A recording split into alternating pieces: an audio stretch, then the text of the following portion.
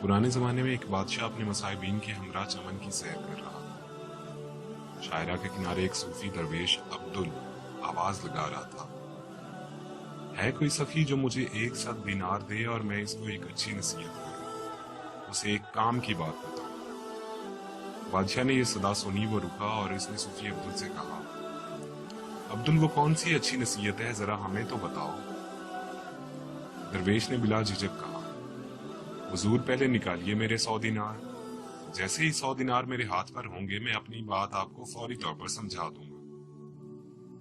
بادشاہ معظم نے اپنے دیوان کو فوراً 100 دینار درویش کے حوالے کرنے کا حکم دیا اور چاہا کہ وہ اس درویش کی غیر معمولی نصیحت سے فیض یاب ہو سکے۔ دیوان نے حکم شاہی کی فوراً تعمیل کی اور بادشاہ نے درویش سے کہا، بابا کرو نصیحت۔ درویش نے کہا، بادشاہ سلامت، میری نصیحت یہ ہے کہ انجام کے بارے میں غور کرنے سے پہلے کوئی بھی کام شروع مت کریں۔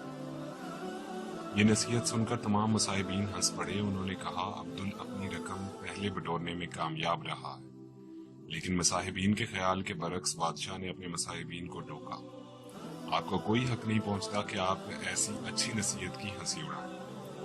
کوئی شخص بھی اس بات سے انکار نہیں کر سکتا کہ ہمیں ہر کام شروع کرنے سے پہلے اس کے حسن و قباح پر اچھی طرح غور کر لینا چاہیے۔ ہم سب اس حقیقت سے باخبر ہونے کے باوجود اپنے روزمرہ کے معاملات میں اس اچھی بات پر عمل نہ کرنے کے جرمدار ہیں۔ اپنے اس جرم کے برے نتیجے سے اپنا دامن بچانے سے بھی قاصر ہیں۔ بادشاہ نے اس مفید نصیحت کو ہمیشہ یاد رکھنے کا فیصلہ کیا۔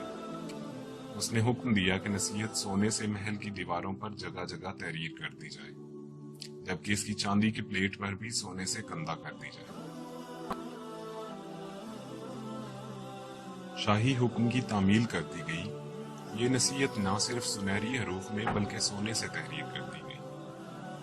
زیادہ عرصہ نہ گزرا تھا کہ مصاحبین میں سے ایک مصاحب نے بادشاہ کو قتل کرنے کی سازش تیار کی۔ اس نے سازش میں شاہی طبیب اور جراح کو بھی شامل کر دیا۔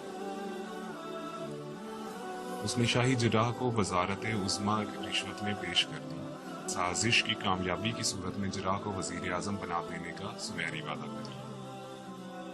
طے ہو گیا کہ شاہی جراح زہر میں بجھے ہوئے چھوٹے نیزے کی ہنی بادشاہ کے بازو میں چھپا کر اس کا قصہ تمام کر دے گا۔ نتیجے کے طور پر سازشی بادشاہ اور جراح وزیر اعظم بن جائے گا۔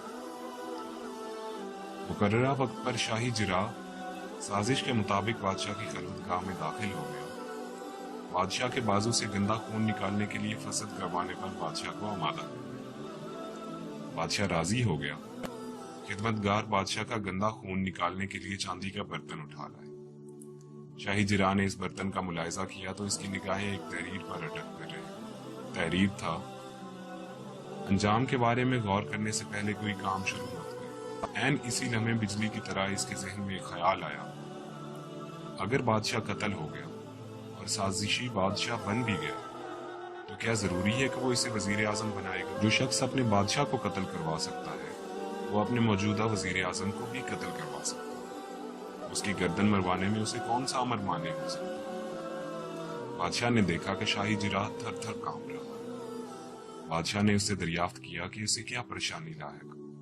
تب شاہی جراح نے اعتراف گناہ کرتے ہوئے تمام سازش سے منو ان بادشاہ کو آگاہ کر دیا۔ بادشاہ نے فوری طور پر سازشی کو گرفتار کروا دیا اور ان تمام مصاحبین کو اپنے پاس طلب کر لیا جنہوں نے درویش عبدل کی نصیحت کی ہنسی اڑائی تھی۔ جب سب لوگ حاضر ہو گئے تو بادشاہ نے دریافت فرمایا، کیا اب بھی آپ لوگ درویش کا تمسخر اڑانا پسند کریں گے؟